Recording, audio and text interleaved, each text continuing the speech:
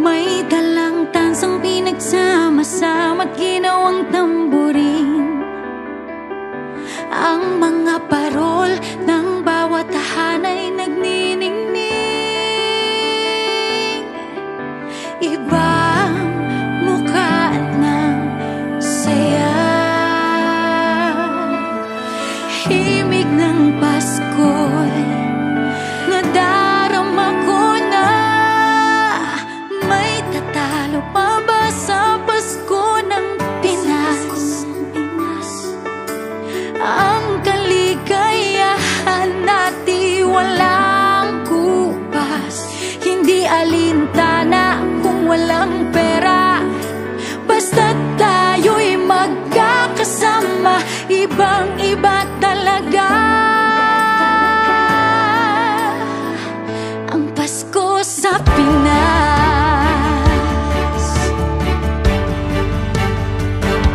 May simpleng regalo na sininong at sininang sa mga inaanak na nag-aabang. Ang buong pamilya ay magkakasama sa paggawa ng Christmas tree. Hayan na ang barkada, ikaw ay niyayaya para magsimbang gabi. Ibang mukha ng saya, himig ng Pasko'y nadarama ko na. May tatalo pa ba sa Pasko ng Pinas? Ang kaligayahan natin walang kupas, hindi alintala kung walang pera. Basta tayo'y magkakasama, ibang-iba talaga ang Pasko sa Pinas. Ibang-iba talaga, kahit saan ikumpara. May ihip ng hangin, di maintindihan. Mapapangiting bigla sa kung ano ang dahilan. Nadarama mo na ba, mo na ba, mo na ba? May tatalo pa ba sa Pasko ng Pinas? Ang kaligayahan natin walang kupas, hindi alintana kung walang pera. Basta tayo'y magkakasama, ibang-iba talaga. May tatalo pa ba sa Pasko ng Pinas? Ang kaligayahan natin walang kupas, hindi alintana kung walang pera. Basta tayo'y magkakasama, ibang-iba talaga ang Pasko sa Pinas.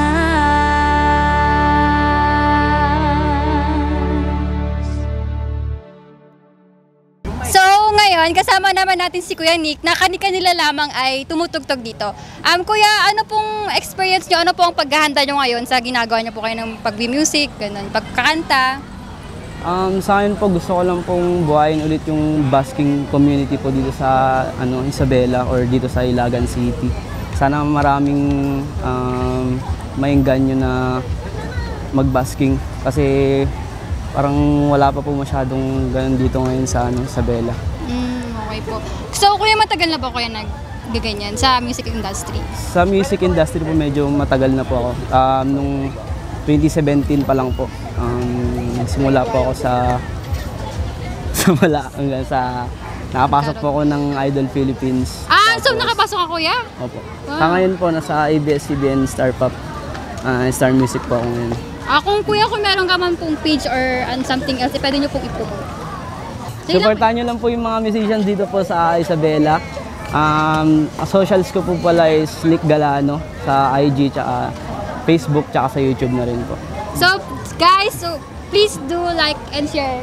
So, kasama naman natin ngayon si Chloe and Hannah and tatanungin natin sila about sa experience or ano ba ang masasabi nila sa Pascual Village ng City of Ilagan. So, Adi, ano sasabi mo? Masaya po. Maraming kainan, ganun. Maraming tulad ng peryahan nga po. Masaya. Ikaw, Masaya rin naman po. Kasama ko rin po yung mga friends ko kanina, which is umalis na po. Pero ang ganda lang rin po ng view ngayon kasi mailaw na rin. And marami rin pong tao. about naman sa Banchetto, ano masasabi niyo doon? Or anong pinakagusto niyo kainan doon? Ganun. Anong pinakamasarap na tikman niyo? So yun. Nag-nachos po kami kanina. Nachos. Nag-nachos po kami, which is masarap po. So, thank you. Pinalaki yung interview namin. Sige, okay lang po. Thank you. So, ngayon, kasama natin si Kuya Renato and tatanungin natin siya about sa preparation niya dito sa pagbabenta sa Banchetto ng Ilagan. So, Kuya Renato, ano po experience niyo or ano po ang paghahanda na ginawa niyo para po dito sa pagbebenta niyo dito sa... Sa mga pagbenta ko ngayon is 1 month. 1 month na gawa. Parang naka-quarantine gano'n. Yun lang. Sa bracelet, anklet is yun lang din. Pinakamahirap na gawin dyan is anklet. Tapos bracelet din. Siyempre, ito. Kamay ko. So, Kuya, madami naman pong bibili or di na tayo? Solid sa bawat latag ko. Wala pa akong disappointed sa latag ko. So, Kuya, okay niyo. Promote niyo na po. Arista PH sa page ko. Tapos, yun lang, Arista PH. Okay. Page lang po yun. So, Meron. please follow natin yung page ni Kuya na Arista PH. Salamat. Thank you po. At ngayon, kasama naman natin si Kuya James at itatanong natin kung ano ang experience niya dito sa Paskuhan or sa Banchetto ng City of Ilagan. So, Kuya, ano pong masasabi niyo sa ganda ng Ilagan? Napakaganda po dahil mas nadadama natin ng present of Christmas. Lalo na mas nagiging masaya yung mga tao. Marami silang pwedeng pasyalan. Mag-i-enjoy sila ng sobra-sobra. Kasi dati walang ganito. Yun lang po. Ano naman po yung pinaka nagustuhan yung spot or puntahan dito? Diyan lang po sa mga diyan sa may palaruhan, parang tataya-taya lang po para mag-enjoy ganun. So, thank you Kuya, Opo. thank you. So, hello, kasama natin ngayon si Kuya Daryl at i-interviewin natin siya about anong experience niya or anong masasabi niya sa ganda ng Pascual Village ng City of Ilagan. So, Kuya, sa nakikita mo ngayon sa Banchetto ng Ilagan or sa Pascuhan Village, ano pong masasabi niyo or anong makakomment niyo po? Masasabi ko lang po is yung dun sa baba yung malaking Christmas tree, parang yung feeling ko po is parang ako nasa ibang bansa. Grabe po daw yung ilaw dun sa baba hindi ko expect na ganun pala yung yung mga decorations na bago ngayon, na dinagdag ngayong December. About naman po sa Banchetto, ano pong masasabi niyo? Wala akong pinagbago. Wala pong pinagbago. Bakit ganyan po ba rin pa dati? Ganun pa rin po dati kasi yung may mga stall, may mga tao, may mga banderitas, ganun. So, ngayon kasama din natin si Kuya Andre. And ano pong experience dito sa may Banchetto and Pascual Village ng Ilagan City po? Maganda naman, maayos din na pagpasyalan mga ganun.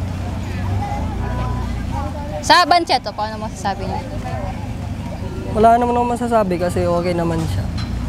Para sa mga bata na pagpasyalan ng mga bata na para sumaya sila. Mga ganun. Okay, thank you Kuya. Thank you po. Ngayon, kasama natin si Kuya Don Jacob and tatanungin natin siya about sa kung ano masasabi niya sa ganda ng Banchetto and Pascual Village ng Ilagan City. So Kuya, ano masasabi mo? Sabi ko lang po dito sa ating lugar, kasi po, Dito kayo taon-taon nang pong ganito ang nagaganap. Mas abang tumatagal po, mas lalo po siyang gumaganda. And na-execute po nila na maayos yung mga gusto ng mga tao. Okay. Kuya, wala ba kayong, hindi ba kayo nagbebenta dito or wala kayong ginagawa? Hindi po, pero may mga kasamaan po Dito kaming skaters po na mga may pwesto po dyan. So Check nyo lang skater po kayo? Yung local 3300 po na shop, dun po lahat ng mga shirt, ganun po. Okay po. Humihiling po kami ng konting tulong sa gagamit po naming skate competition dito po sa Ilagan Isabel. Maraming salamat po. Shout out po sa Ilagan ni Skate Crew. Okay na ba yan? Opo. Thank you. Thank you, sir. Please like and share our page po, STEM Ptolemy. Pwede nyo ba rin kaming suportahan sa aming film na Friendships, Fables plus Fatalities. Palike na lang po sa lahat ng mga OST, poster, and then trailer po. Thank you po. Thank you.